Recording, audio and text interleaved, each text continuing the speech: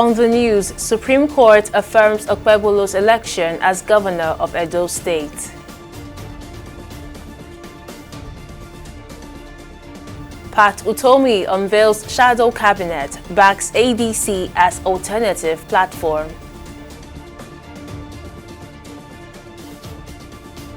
And Nigerian presidency denies suspension of 5-year visa for United States citizens.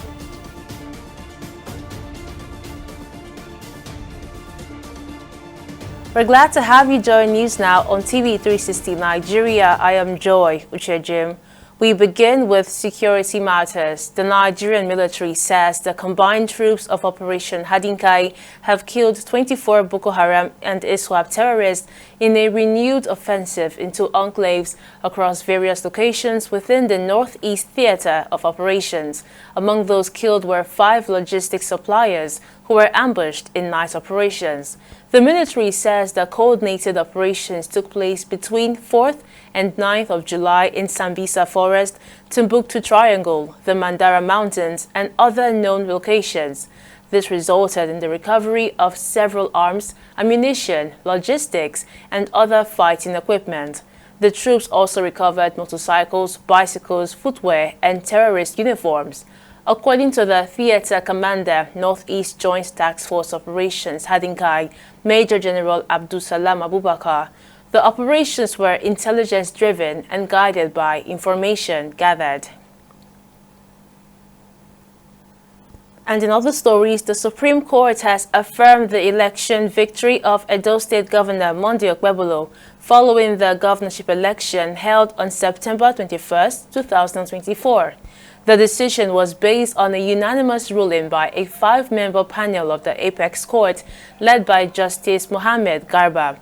Earlier, the Court of Appeal sitting in Abuja had also affirmed the election victory of Senator Okpebholo. The Apex Court dismissed for lacking in merit an appeal filed by the candidate of the People's Democratic Party PDP, Aswe Godalo, seeking to nullify the outcome of the election. The Supreme Court has given its final judgment on our case.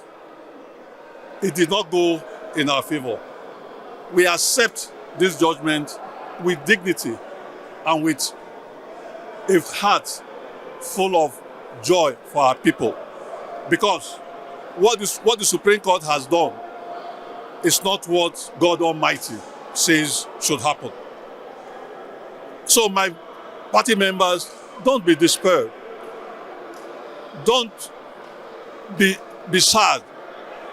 It's painful, it's hard that our hard-earned victory has finally been confirmed by the Supreme Court. But unfortunately, this is the last bus stop. And we urge you, let's remain united for the journey of nation building or making Edo prosper. It's a long one. The Supreme Court of Nigeria has dismissed the appeal by Aswe Godalo and the PDP. And that is an attestation to what we have continued to say, that Governor Monday Okpebholo and the APC in Edo State won very convincingly the September 21st, 2024 election. We thank the judiciary, we thank the Supreme Court especially for restoring the hope of Edo people and affirming the judgment of the concurrent judgment of the two lower courts, which has affirmed the election of Governor Monday Okpebholo. Now it's time to continue to build Edo, and I believe that Edo people are ready for Monday Okpebholo. In line with our campaign promises, we have promised Edo people that we're going to transform them. And now that the case is over, we thank everybody. But most importantly, we want to go back to build our state, to unite everybody in line with what the governor believed in. He wants to bring everybody, regardless of your political party, we want to bring everybody together for the interests of Edo people. Yeah. And lastly, we want to also hit the ground running. The 2027 is around the corner. We are going to campaign rigorously for Asiwaju, for return of Asiwaju back to the State House. And Professor of Political Economy Pat Utomi has unveiled members of a shadow cabinet to provide policy alternatives to the Nigerian government. Speaking in Abuja after a two-day retreat of the Big Tent, Utomi announced the appointment of key figures to his shadow cabinet, adding that the cabinet will not compete with the ruling All Progressives Congress APC-led federal government, but offer expert reviews on government policies. On the African Democratic Congress, ADC, he said its emergence as a coalition party offers Nigerians a credible alternative. Utomi emphasized that this initiative is not a political stunt or power grab, but a strategic response to the glaring gaps in governance and accountability in Nigeria. Now let's get expert insights into these stories. I'm now joined by legal practitioner Liberal Soshama. Thank you for your time, sir. Now let's get a reaction to the judgment by the Supreme Court, which has affirmed the election victory of Edo State Governor Monday Okpebolo. What's a reaction to this, sir? Yeah, thank you. What will be my reaction to it? I have consistently said it that this idea of going to court and believing that the court will upturn, local governorship election in Nigeria, especially when it has to do with presentation of witnesses at the tribunal, and then largely relying on documentary evidence vis-a-vis, presentation of witnesses, and then generally, the applicability of Section 137 of the Electoral Act. I've consistently said it that, considering the time frame for which, petitioners are called to prove election irregularity, it's almost a difficult task proving an election irregularity, especially in, presidential election and governorship election in Nigeria. So I had said this even after the election in Edo, after the tribunal delivered the judgment. I had said if I were the, the petitioner, I wouldn't even bother going to Court of Appeal. But typical of politicians, they had gone to Court of Appeal and gone to Supreme Court. And today, the Supreme Court had heard unanimously. Again, just the same way the tribunal heard unanimously, the Court of Appeal heard unanimously, and the Supreme Court also had heard unanimously, that failure to call oral evidence in areas where documentary evidence are glaring inconsistent certainly would be fatal to the petition. And because those rules have been laid down succinctly by the same Supreme Court before now, including in cases where the PDP had previously won, that was why I had advised that there was no need, to go to court. But, the slogan here is go to court. And so they had gone to court, and today the court had finally put a finality to it, because I also think this idea of going to court, even when it is obvious that the court cannot undo what had been done, also puts distractions on elected officials, who have to consistently, be looking over their shoulders until the final determination of the matter by the Supreme Court. Right, so now let's go back to the shadow government movement by Pat Utomi. Nigeria runs a presidential system, not a parliamentary one. Yet, Pat Utomi has unveiled his shadow cabinet. So what can come of this, since it's not a legally recognized platform? Would you say that this is just for the optics? Yeah, yes, I think it's just for the optics. And also, I think that these are my advice. Professor Pat Utomi, considering the back and forth with the name, especially, having worn the cloak of a politician, I think Pat Utomi should have exercised restraint.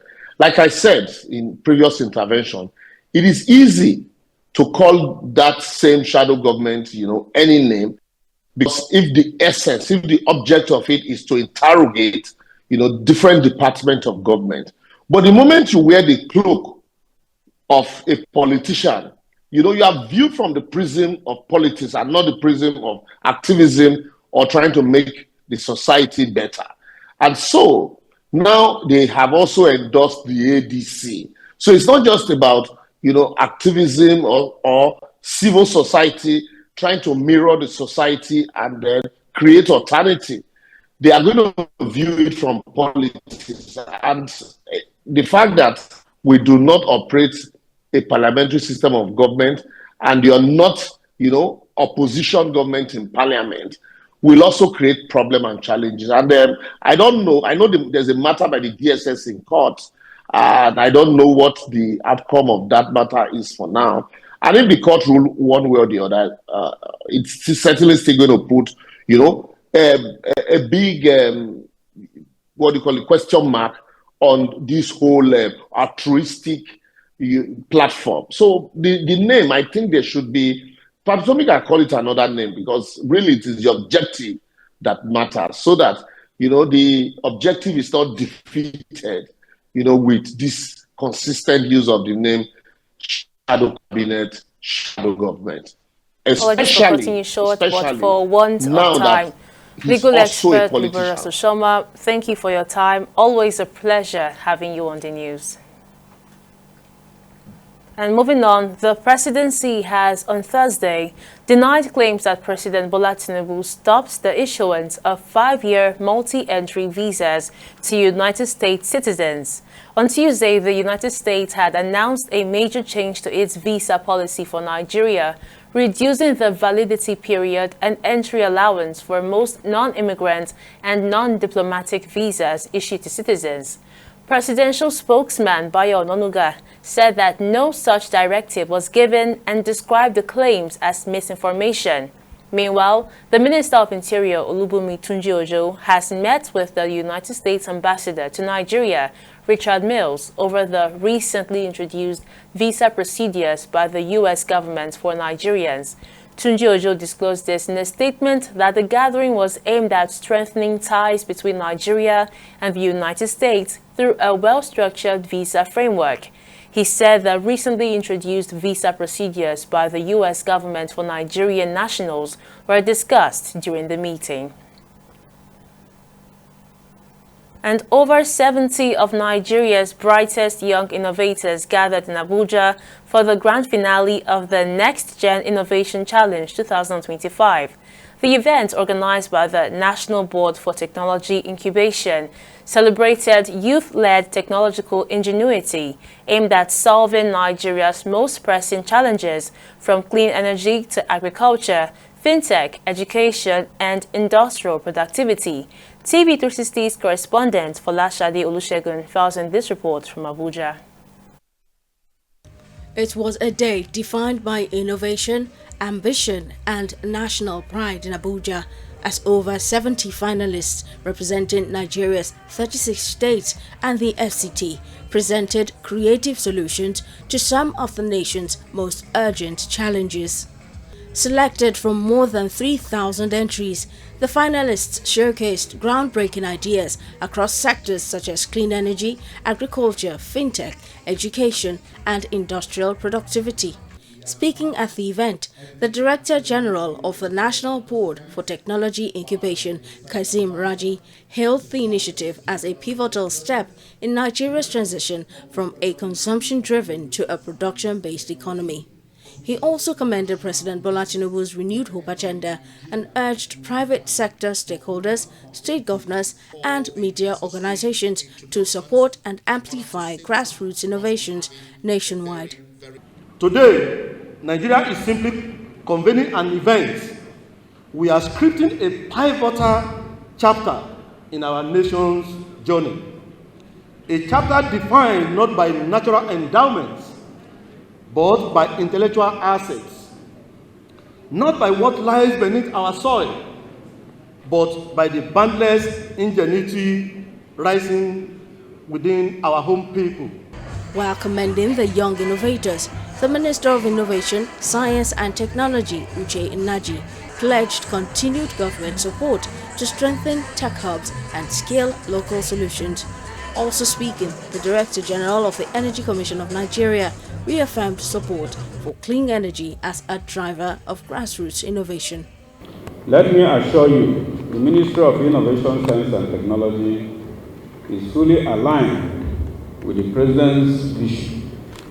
We are committed to strengthening innovation hubs across the country, scaling support for idea-to-market transition, and creating the policy and regulatory environment that encourages risk, rewards excellence, and promotes inclusion.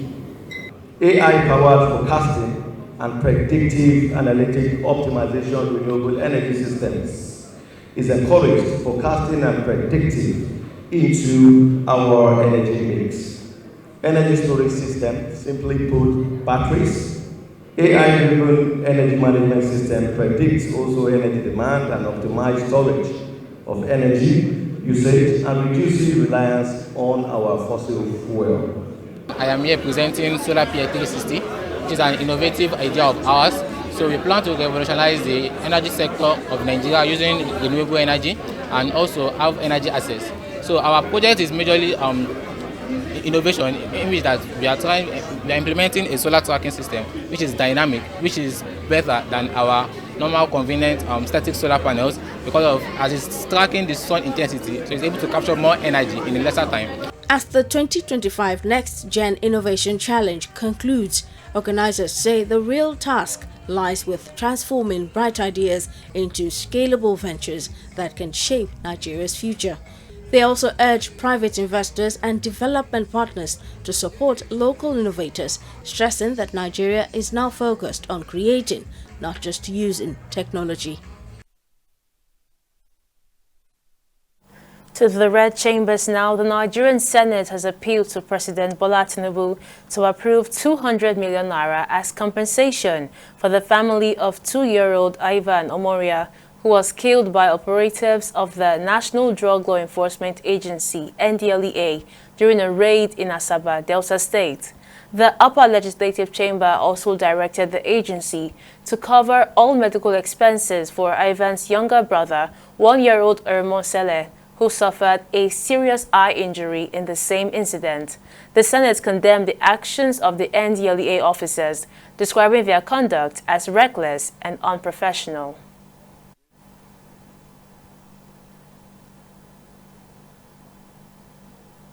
This case is very pathetic, Mr. President, because we have a 2-year-old that was inadvertently shot and killed by NDLA while they were carrying out some operations, and have the second child bullet into his eyes that has rendered that child almost blind. The NDLA, unfortunately, were not cooperating. They told us that they didn't have the finances, and so they were not offering anything. The uniform is not a license to kill and go home and sleep with your own children. May it not happen to any of us. And money does not compensate for a loss of a child who is completely innocent. So my second in drafting the prayers is that the Senate do recommend to the Attorney General of the Federation that they should further investigate this case with a view to prosecuting the officer or officers involved. So we can't accept this in Nigeria, where we give you uniform, we pay you, and then you go and kill Nigerians that you are supposed to protect. So I subscribe that this family be paid this amount of compensation. The Senate will not receive any petition which asks for a grant of public funds.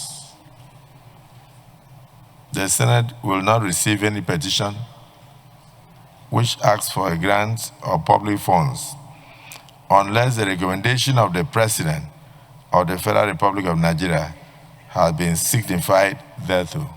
This section, in view of Section 46, that there is no presidential assent, so you may wish to urge the Senate to work with legislative compliance to ensure that Mr. President assist to a monetary compensation of 200 million plus the cost of the surgeries needed by the second child.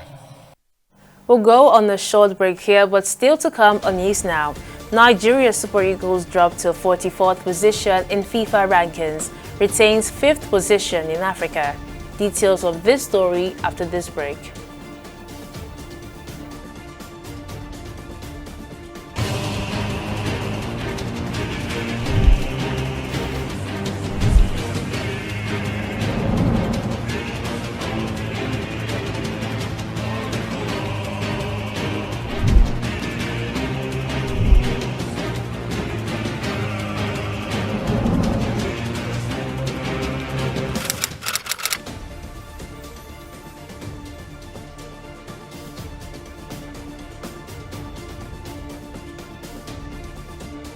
Welcome back. Here's a recap of some of our top stories.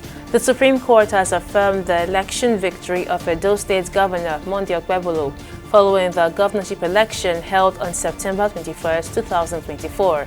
This decision was based on a unanimous ruling by a 5-member panel of the Apex Court led by Justice Mohammed Garba. We also informed you that Professor of Political Economy Pat Utomi has unveiled members of a shadow cabinet to provide policy alternatives to the Nigerian government. Speaking in Abuja after a 2-day retreat of the Big Tent, he said the cabinet will not compete with the ruling All Progressives Congress APC-led federal government, but offer expert reviews of government policies. Now, in case you missed any of our news bulletin or for more updates, you can catch us on Limex World TV and Avio TV, or log on to our website on www.tv360nigeria.com. You can also follow us on our social media platforms on X, Instagram, and YouTube at TV360 Nigeria, or download our mobile app on Google Play Store, Huawei App Gallery, and Apple Store. On Facebook, we're at TV360 Online. In the last 3 years, we have built a multi-purpose center, which is the envy of all in our constituency. And I can tell you that the people who are living there are already enjoying it. Guy, do you think what this man just said is true? See, I seriously doubt. I'm sure it's one of those their silly lies. Wait, do you know there's a way to find out if these things he's saying is true or not? This is the Construct app. It gives people like us a sure way to track implementation of constituency projects. It gives valid and verified information on location of projects, amounts allocated, amount funded, the level of job done, and even the profiles of concerned legislators. You and I can post directly on this app. Are you serious? This is the go-to app if you want to know how our Commonwealth is being expanded by the government. Wow. Let's even see if what this man said is true. Show me. The Construct app is developed by Other People Nigeria with support from USAID and is available on both Google Play Store and Apple Store.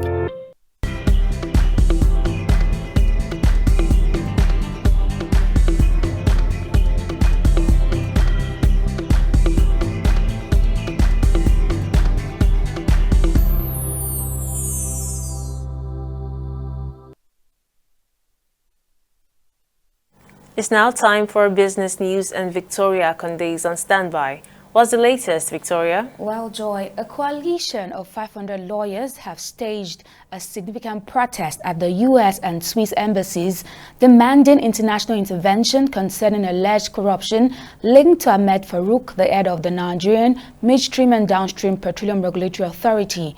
This demonstration comes amid serious allegations against Farouk, which include accusations of siphoning over $5 million in public funds intended for education to finance his children's schooling abroad.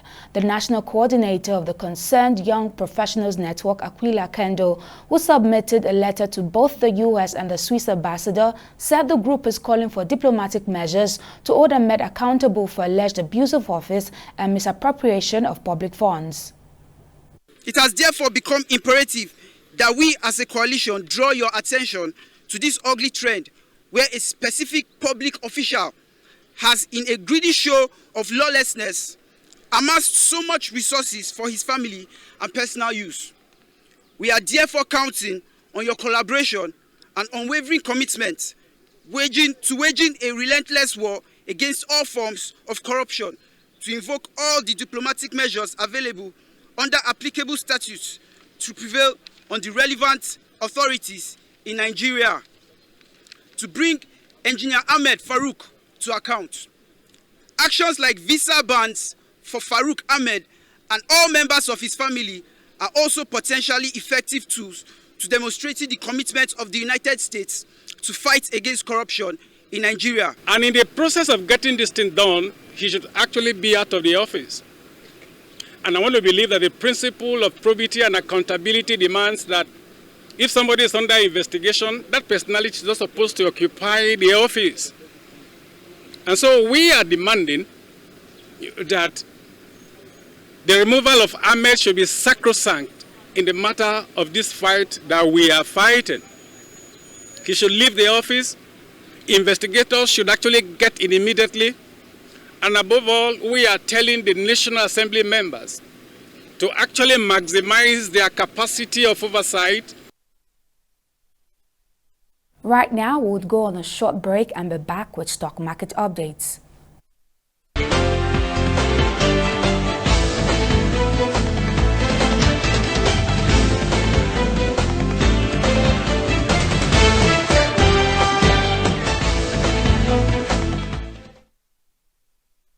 Welcome back. The Nigerian exchange posted its largest single-day gain in history on July 10, 2025, as investors' sentiment surged. The all-share index rose by 2.01%, closing at a record high of 124,446.80 points. The market capitalization now stands at 78.5 trillion naira. Overall, price movements were recorded in 80 stocks, with 70 gainers vastly outpacing 10 decliners. A strong indicator of market-wide optimism. Driving the market rally was a full bid on United Bank for Africa (UBA), which appreciated by 10% to close at 39 naira 60 kobo per share, and was followed closely by the Caviton Offshore Support Group. Trading activity was equally robust. At the end of today's session, over 1 billion shares were exchanged in 27,875 deals, corresponding to a market value exceeding 27 billion naira. Now, when this is compared with the previous trading day, which is Wednesday, today's data shows a 44% improvement in volume, a 78% improvement in turnover, and a 15% improvement in deals. Now, switching over to the global scene, stocks edged up as investors reacted to Trump's 50% tariff on Brazilian goods, while the Brazilian real rebounded slightly. Two of our selected equities, the UK's FTSE and US Dow Jones, ended in positive territory, while the counterpart, the Japan's Nikkei, ended in the negative territory. Now, on the foreign exchange market, the naira traded at 1,560 naira to the US dollar on the black market, and at 2,170 naira to the British pound, and at 1,820 naira to the euro. That's it on both business and stock market updates. Back to you, Joy, for the rest of the news. Thank you, Victoria. And in other countries, Senegal has cancelled Acon's $6 billion plan to build a futuristic Acon city on the country's Atlantic coast after years of inaction and missed payments by the Senegalese American singer. The project, first announced in 2020, was pitched as a tech-driven smart city inspired by Marvel's Wakanda and promised to transform the quiet village of Modundai into a modern hub powered by solar energy and Acon's own cryptocurrency. But 5 years later, the Senegalese government reclaimed most of the 136 acres of land initially allocated to the singer after construction failed to begin and financial commitments were not met. And finally, on sports, Nigeria Super Eagles have dropped one place to 44th in the latest FIFA World Rankings released on Thursday, reflecting a slight decline in global standing despite maintaining a strong position among African football nations. According to FIFA, the latest update accounts for results from over 200 international fixtures, including World Cup qualifiers and regional tournaments such as the Unity Cup. Nigeria remains firmly among the continent's elite, holding the 5th spot in Africa. Despite the drop, Nigeria continues to rank ahead of long-standing regional rivals Ghana and South Africa, who occupy 76th and 56th positions globally, respectively. And that wraps up our bulletin on News Now. Many thanks for joining us. I am Joy Ucheji. See you next time.